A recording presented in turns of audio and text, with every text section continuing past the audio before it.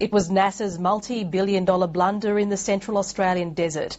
A report into the crash of a space balloon has found a lack of safety precautions could have resulted in deaths as onlookers were sent running for their lives.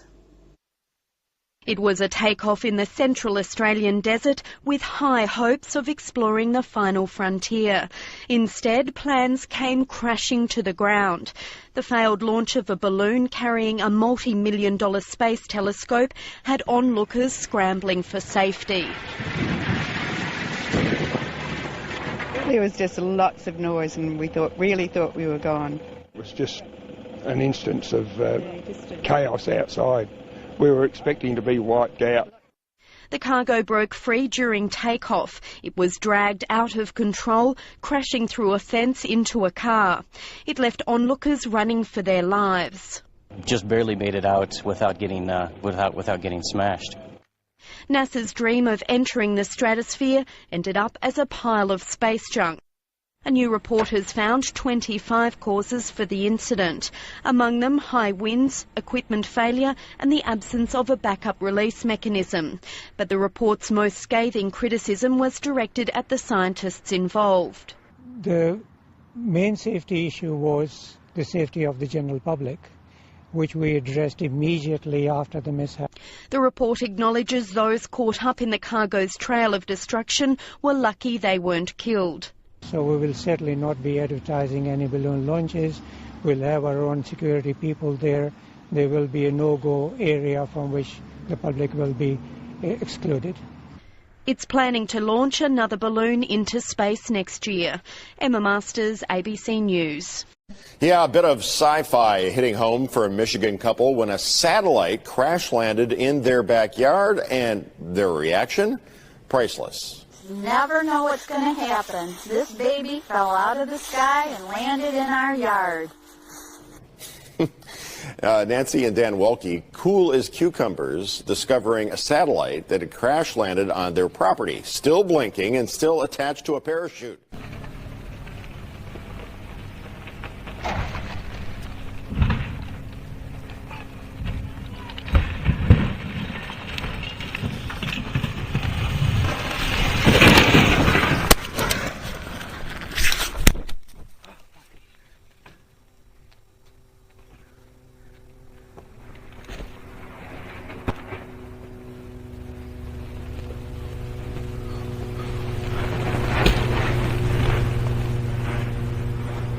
Aí, ó, satélite caiu aqui na Jacami. Tá vendo o Glauber? O Glauber. Ei, Glauber.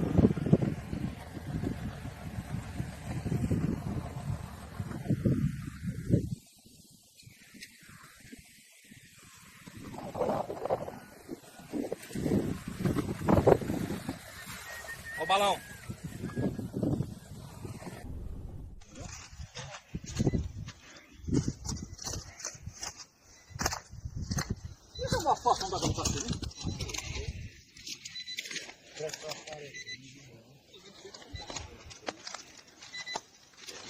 É grande essa porra, viu?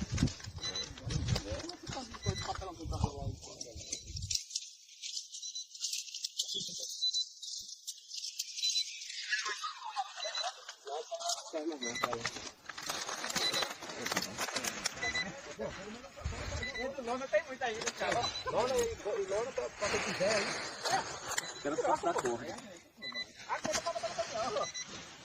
Aí não serve pra. Alguém tem uma faca aí na cinta? Até pra lá esse bicho pra lá. Vamos porque ele tá lá. Ele só acorda. Vamos ele pra lá.